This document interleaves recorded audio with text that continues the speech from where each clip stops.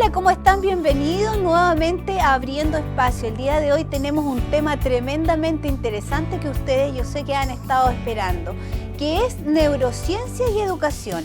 Para ello hemos invitado a un tremendo invitado y les voy a contar que se trata de el señor Rodrigo Morales, que es profesor de filosofía, 19 años de experiencia en educación entre docencia de aula y dirección de colegios, especialista en estudios de currículum educacional y ciencias cognitivas. Actualmente trabaja en la Universidad de los Lagos. Se declara amante de la naturaleza y de la especie humana y así también entender nuestra propia naturaleza. Así que bienvenido, Rodrigo. Y decir también a ustedes para que estén tranquilos que ya está todo sanitizado, nos hemos sacado recién nuestras mascarillas y estamos manteniendo la distancia social. Rodrigo, bienvenido, cuéntanos un poco de ti, cómo nace esta inquietud por la neurociencia, un poco de lo que tú nos quieras contar en realidad respecto a tu vida y a todo el tema profesional. Bueno, antes que todo, muchas gracias Alejandro por la invitación. Gracias también, Rodrigo. Un saludo también a las personas que nos ven. Y como tú dices, efectivamente me declaro un amante de la naturaleza humana, en realidad, ¿ya? Eso es. Soy de formación profesor de filosofía. Y bueno, todo esto del interés por conocer cómo aprendemos los seres humanos partió justamente por un desafío esto de cómo mejorar las clases que yo hacía con mis alumnos. Al poco tiempo de salir de la universidad y comenzar a trabajar, me di cuenta que no llegaba a los alumnos. ¿Ya? ¿Ya? Las clases que hacía más bien eran repetitivas, fomes, como dicen los cabros. Entonces eso motivó a, bueno, pero entonces, ¿qué estoy haciendo mal?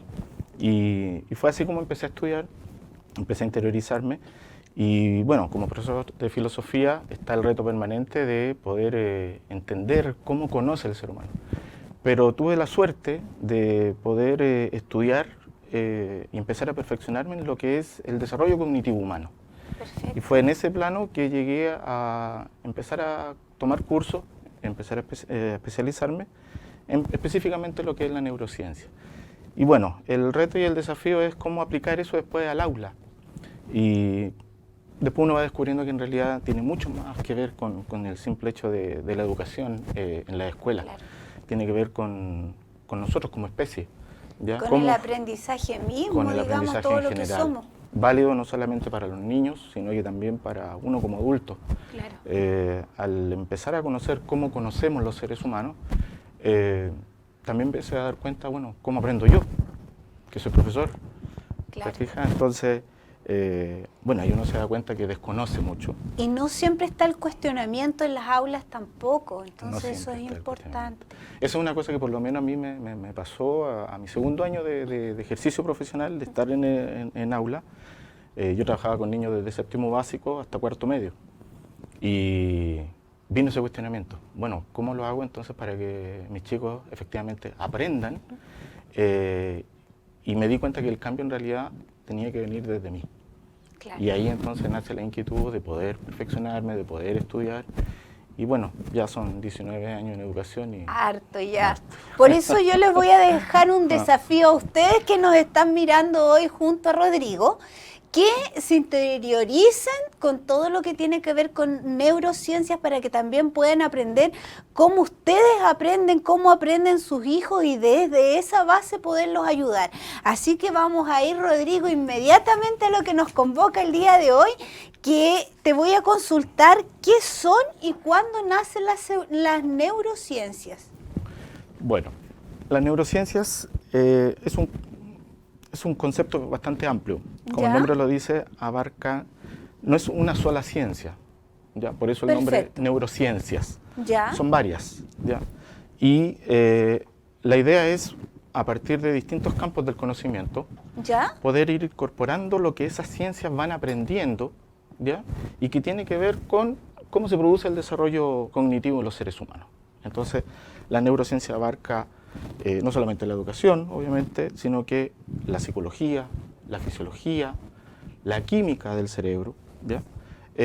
Son muchas las ciencias que aportan para poder entender cómo funciona el cerebro humano. ¡Qué complejo! Exactamente. Es tremendamente complejo. Claro, y por eso entonces es una ciencia que está en pleno desarrollo, porque todos los días hay nuevos descubrimientos, tanto a nivel biológico, que logran explicar la conducta, y que lo importante de esto es cómo ese conocimiento se torna práctico para, en este caso, volcarlo hacia la educación. Por un aspecto, la educación formal, que nos sirve a nosotros los profesores, pero que también nos sirve a todos los seres humanos, a mí como papá, por ejemplo, a ti como mamá, a las personas que nos ven. ¿Cómo podemos ir tomando esto que las distintas ciencias descubren y podemos empezar a aplicarlo? Y de hecho, los papás ¿ya? Tenemos un rol fundamental porque los descubrimientos, ¿qué nos dicen? Que a más temprana edad en que uno estimule a los niños cognitivamente, es mejor. ¿Ya? Entonces, los paradigmas van cambiando. Si antes uno pensaba que la educación del niño comenzaba en la escuela, todos estos descubrimientos nos dicen que no. Que ya desde el momento de nacer está el factor de la estimulación, que los padres, en este caso por ser los seres más cercanos a un niño, pueden ejercer sobre ese niño y cómo entonces pueden ayudar a moldear este desarrollo que el niño va a ir desarrollando. Y esas experiencias finalmente para el resto de la vida que marcan, que definitivamente van a marcar, como dices tú, el desarrollo posterior de este ser humano, de esta persona. Exactamente, exactamente. Lo bueno es que, como el estudio es acerca de cómo los seres humanos aprendemos, aplicado a la educación, entonces no solamente sirve para los niños, ¿ya? Sino que nos sirve a todos. Yo como ya adulto, incluso la persona de la tercera edad, si hay una característica que tiene el cerebro, y eso es lo realmente importante, por lo menos para mí me resulta que es lo fundamental, y es que así como cada órgano de nuestro cuerpo tiene su función, la función específica del cerebro es aprender. Por lo tanto, uno se va a estar muriendo y va a estar aprendiendo. Qué lindo, ¿no? Entonces, ¿qué es lo que pasa con nuestro cerebro? Un cerebro que no aprende es un cerebro que no está ejecutando su función. Así de simple. Porque la labor propia del cerebro es aprender. Por lo tanto, todo lo que tenga que ver con estimular nuestro cerebro empieza desde que nacemos hasta que morimos. Por lo tanto, no es solamente algo que se aplique a los niños. Hablamos de los niños porque solemos asociar el proceso educativo a los niños. Claro. Pero el desarrollo biológico, el desarrollo neurológico, el desarrollo cerebral ocurre a lo largo de toda nuestra etapa. Entonces, por eso es fundamental ir tomando estos aportes, ir conociéndolos e ir viendo cómo podemos aplicarlo y cómo podemos desarrollarlo nosotros mismos. No necesitamos un especialista. ¿Ya? Obviamente los especialistas son los que descubren, pero todos esos aportes, esos descubrimientos los podemos poner en práctica para nosotros mismos, para nuestros hijos, para nuestros padres, por ejemplo. Y que muchas veces en casa no sabemos cómo hacer, sobre todo en este tiempo que estamos en pandemia, se ha vuelto tremendamente complicado. Los papás consultan mucho cómo poder enseñar a sus hijos sin tener una base, sin conocer cómo aprenden. Entonces me gustaría, Rodrigo, que nos explicaras un poco qué factores inciden desde el punto de vista que tú conoces de la neurociencia, qué factores inciden en el aprendizaje. ¿Cómo logramos que todo este complemento esté de manera armónica para poder lograr el aprendizaje? Porque tú me dices, son varias ciencias. Ahora estas ciencias tienen que estar conectadas, ¿no? Entonces eso quiero que nos expliques un poquito. Un primer punto de partida, una de las primeras cosas que ya se asientan en el conocimiento de cómo funciona el cerebro, es que quien le da forma a la realidad que nosotros vivimos es efectivamente nuestro cerebro. Nuestro cerebro es el que moldea toda la realidad que nosotros formamos, que vivimos. Y el cerebro tiene una manera bastante particular de operar. Lo que hace nuestro cerebro a medida que crecemos y desarrollamos experiencias, vamos viviendo, es crear patrones. Y es en virtud de esos patrones que después toda la información que vamos recibiendo la vamos trabajando. Yo traje un pequeño juego para iniciar esto y como para excelente, así me gusta. Como para demostrar cómo opera esto. Por favor, si puedes mostrar a la cámara. Yo te ayudo. Ya. Ese es un tablero Es un ¿Ya? tablero de Adelson que se llama. ¿Ya? Y si tú te fijas, hay dos cuadros marcados con letras. Ah, ya, ¿Ya? La perfecto. letra Acá A los y identifico, la la letra A y B. la B. La pregunta es Ahí está mejor. si a simple vista el cuadro A y el cuadro B son similares en colores. No, yo no, o sea, ¿puedo opinar? Por supuesto. Ya me puse desordenada, si ustedes ya saben que soy así. Yo no los veo iguales, Rodrigo. Ok. Los veo de distinto color. El cuadro B se puede despegar, Ya, lo despego. ¿sí, por favor? Ya, Y trata de colocarlo al lado de la letra B, perdón, de la letra A. ya, ahí. ¿Se ven de igual color? ¡Uy! Sí, son iguales. Son iguales, ¿cierto? Sí, son iguales. Ok. ¿Qué significa esto? Este cuadro permite demostrarnos que el cerebro funciona en base a patrones. ¿Qué significa esto? Cuando nosotros vemos la imagen, Ya. asociamos, como en el cuadro había una sombra, Pero perdón que te interrumpa, pero qué impresionante que de cómo se distorsiona la percepción que tenemos y Claro. así me imagino, en muchas cosas. exacto, pero no es la percepción propiamente tal la que distorsiona. ¿Ya? Esa respuesta viene dada porque nosotros asumimos un patrón. En este caso, ¿cuál sería el patrón? Que cuando un objeto recibe sombra, su color cambia, se oscurece. Ah. Como en el dibujo se veía una sombra, ¿Ya? ¿ya? Da la sensación de que hay una sombra, entonces el cerebro dice, bueno, obviamente no puede ser el mismo color que de la zona que estás con luz. Ah, perfecto. Entonces, no es un fallo de la percepción propiamente Ya. tal, sino que es una interpretación que hace nuestro cerebro. ¿Qué quiero decir con esto? O sea, nuestro cerebro en cualquier minuto nos pasa una mala jugada. Nos pasa una mala jugada.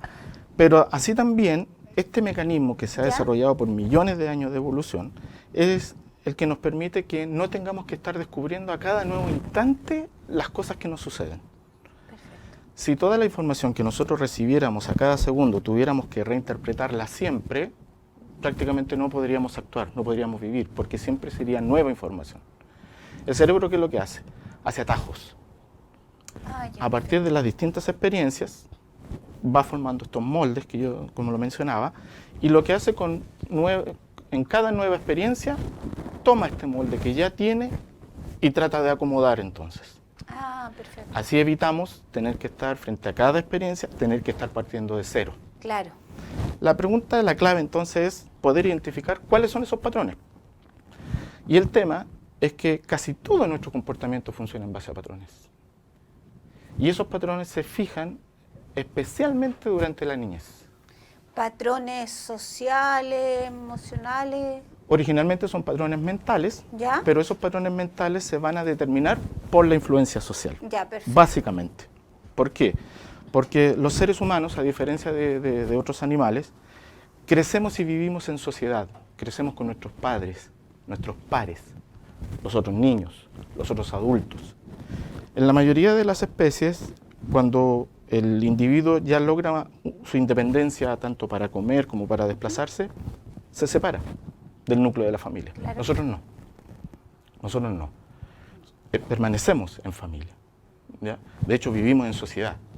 Entonces, prácticamente durante nuestros 2, 5 primeros años de vida, toda la información que se vaya recibiendo del resto de los pares va a ir ayudando a crear esos patrones cognitivos que nos van a decir cómo se hacen las cosas, cómo debemos reaccionar frente a las cosas, cómo debemos aprender. Y los educadores en general, los profesores en general, desconocemos esto. ¿Por qué? Porque tomamos a un niño a los 6 años, básicamente, Claro. que es como la mayoría de la edad, con esto de que la educación empieza a ser obligatoria cada vez a mayor temprana edad, podemos darnos cuenta de que los niños ya traen información. Mucha información ya a Mucha. esta altura, ya es mucha. Y no solemos reparar entonces en cuáles son esos patrones que los niños ya traen formados. El cerebro, la cantidad de neuronas con las cuales el ser humano nace, que son alrededor de 100.000 millones, 100.000 Wow. millones de neuronas, Ya. es un número muy grande, prácticamente al tercer mes de vida ya están formadas, casi todas, Ya. al tercer mes de vida. Wow. ¿Qué es lo que se produce entonces después? Lo que hace el cerebro es crear conexiones entre las neuronas. Digámoslo como mallitas, como redecitas. Como mallas, como redes. De hecho, cada neurona, ¿Ya? se ha estudiado, puede desarrollar en promedio 10.000 nuevas conexiones con otras neuronas. Estamos hablando de billones de conexiones. ¿Ya? ¿Cuál es la edad en donde más se produce esa cantidad de conexiones? Durante los 2 primeros años de vida. Qué Ahora, interesante. ¿qué pasa? Que con el tiempo, ¿Ya? esas conexiones, algunas se van a eliminar, van a desaparecer. ¿Y por qué se van eliminando ahí un poquito? Porque el cerebro va a considerar que no son necesarias. Ah, ya, ya. ¿En virtud de qué no van a ser necesarias? En virtud de lo que tú señalabas, el contacto social. Ah, perfecto. Algunas conductas nos van a decir, no, eso no se hace. Ya. No, eso no se aprende. No, así no se reacciona. Esas conexiones que en un momento llegó a formar el cerebro, ¿Ya? no las va a ocupar. Ah, perfecto. Entonces comienza lo que se llama una poda de conexiones. ¿Y qué conexiones van a quedar? Aquellas que el individuo más utilice y que el cerebro, en su proceso de contacto con la realidad, vea que son las más importantes, las que más le sirven. Hay un momento de la edad del niño en donde por cada segundo se forman alrededor de 2 millones de conexiones neuronales. Por cada segundo. Por cada segundo. O sea, papás acá, cuando digo papás, mamás, abuelos, quienes estén con los niños, tenemos con esto me siento más presionada, una responsabilidad, pero enorme, enorme. Claro. Entonces, ¿qué pasa? Que después llega un momento en que ya esas nuevas conexiones ¿Ya? se paralizan.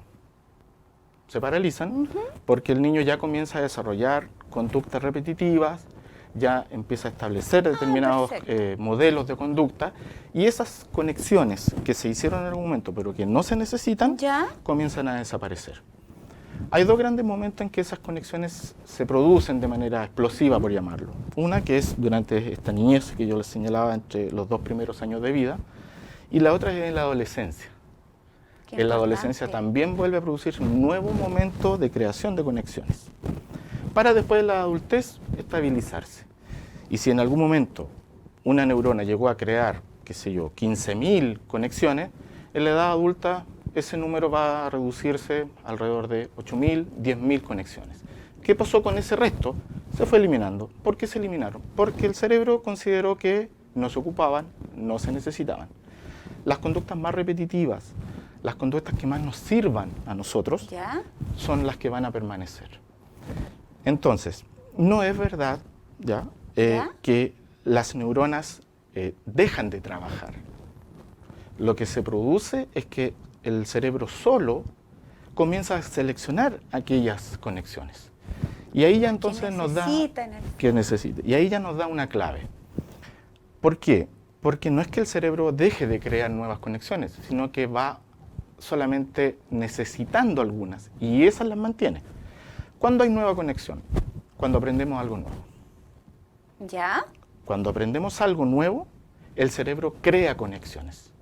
Y es por eso que decimos entonces de que uno va a poder estar muriéndose y va a estar aprendiendo y va a estar creando nuevas conexiones. Y es por eso que entonces los descubrimientos que hace la neurociencia sirven tanto para los niños como para los adultos. ¿Por qué un adulto? Porque justamente de ahí viene que uno escucha que un adulto mayor, por ejemplo, tiene que mantenerse activo. Claro, por supuesto. Tiene que aprender. Si rescatamos la idea de que la función principal del cerebro es aprender, entonces hagamos trabajar nuestro cerebro, busquemos nuevas cosas que hacer. Nada hay más, ¿cómo llamarlo?, más agradable para el cerebro ¿Ya? que aprender. Por lo tanto, un adulto no deja de aprender porque su cerebro no funcione. Es más bien porque no quiere. Esa es una clave. Probablemente por este mito también Por que se ha mito. formado y ellos lo han asumido así. Yo creo que por ahí a lo mejor pudiera ir el tema. Exactamente. Todos estos descubrimientos nos van diciendo aquello.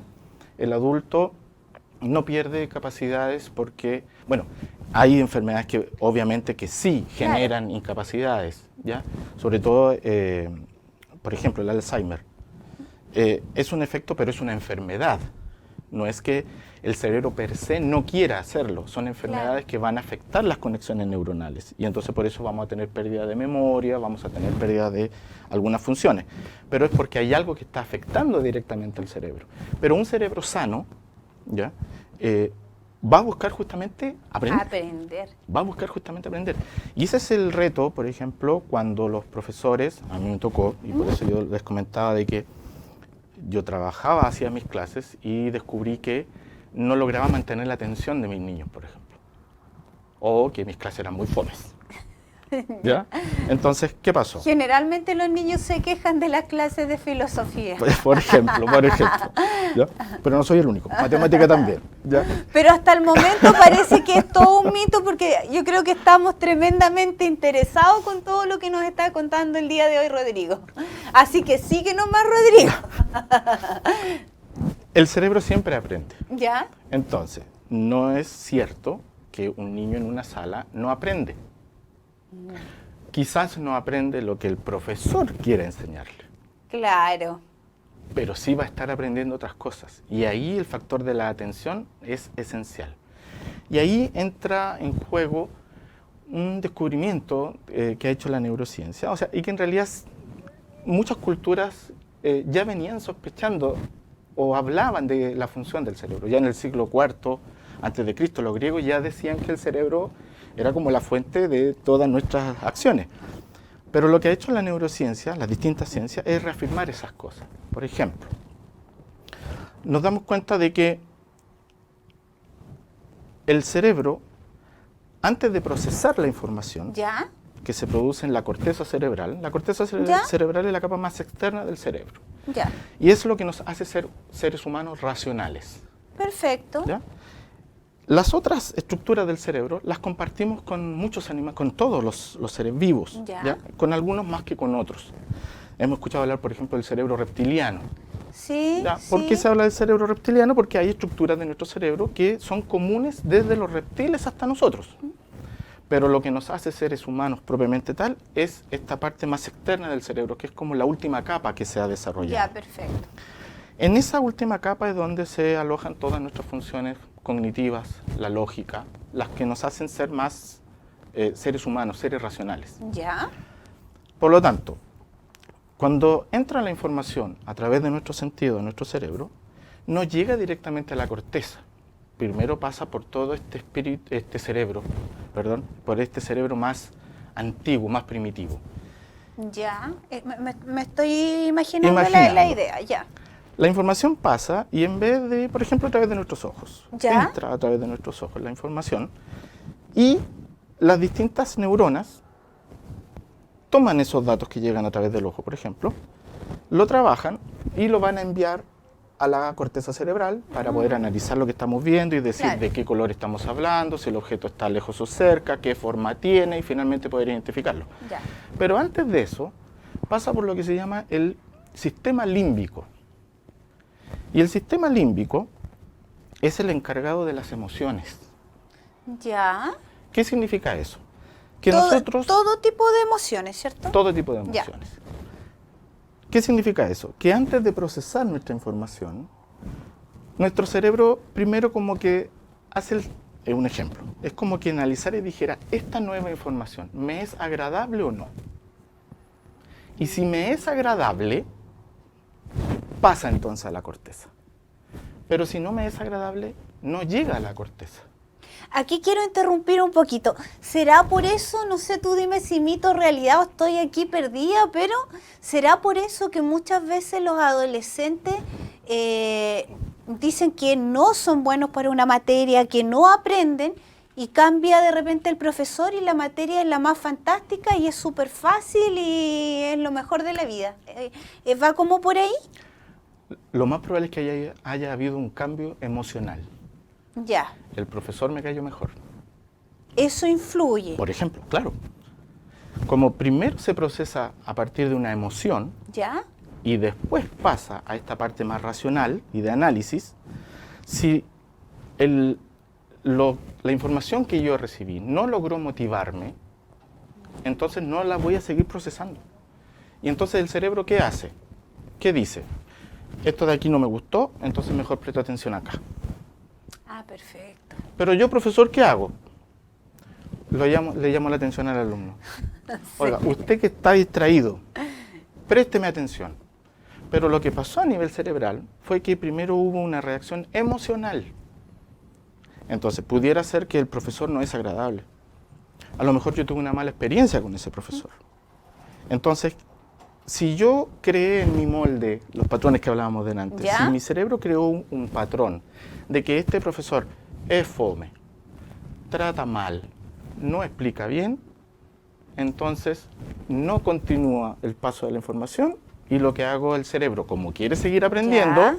Va a prestar su atención y la va a dirigir a otro lado. Eso me llamó tremendamente la atención, lo encontré, de verdad no calculé, no dimensioné la importancia de este factor. Así que nos vamos a ir, Rodrigo, un momentito a una pequeña pausa comercial. Nos esperan, por favor, y regresamos en esta segunda parte para que sigamos conversando.